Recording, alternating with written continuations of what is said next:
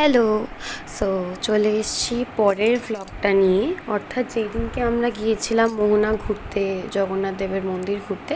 তো এটা ছিল সেই দিনেরই ভ্লগ।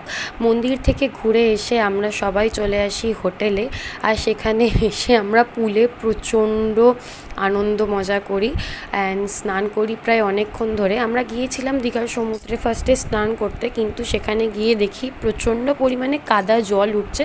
কোনো বার এরকম সমুদ্রে দেখিনি যে কাদা জল আসে, এই প্রথম দেখলাম। সো সেই জন্য আমরা রুমে চলে আসি অ্যান্ড সেখানে এসে পুলে স্নান করে নিই। আর তারপরে এই যে সন্ধেবেলা সুন্দর করে শাড়ি পরে বেরিয়ে পড়েছিলাম আবার ঘুরতে। আমি শাড়িটা নিয়ে এসেছিলাম স্পেশালি, যে কোনো একটা দিন আমি পরবো। অ্যাকচুয়ালি আমি পরতে চেয়েছিলাম ভোরবেলায়, বাট ভোরবেলা না এতটাই গরম লাগছিল যে আমি আর শাড়িটা পরিনি।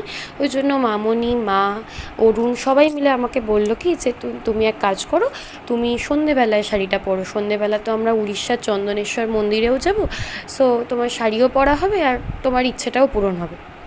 আমি সেই ওদের কথা শুনে আমি ওই জন্য সন্ধেবেলা ওয়েদারটাও একটু ভালো হয়েছিল, আর তারপরে আমি শাড়িটা পরে নিয়েছিলাম। আর তারপরে এই যে আমরা চলে এসেছিলাম উড়িষ্যার চন্দনেশ্বরের মন্দিরে।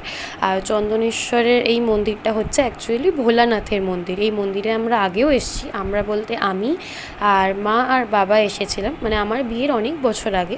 আর তারপরে এই যে আবার এলাম। আর এই যে এখানে এসেও আমরা ছোট্ট পুচকে কিউট একটা বাছুরকে দেখতে পেয়ে যাই।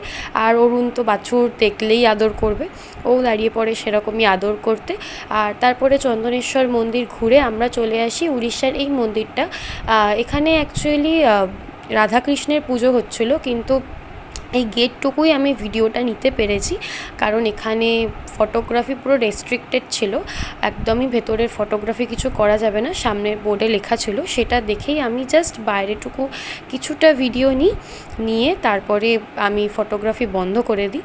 আর এই মন্দিরটা কিন্তু পরে হচ্ছে ওই উড়িষ্যার চন্দনেশ্বর মন্দির যাওয়ার পথেই, ওখানে অনেক টোটো থাকে, তোমরা কথা বলে নিতে পারো, ওরাই তোমাদেরকে একদম বুক করে নিয়ে চলে যাবে।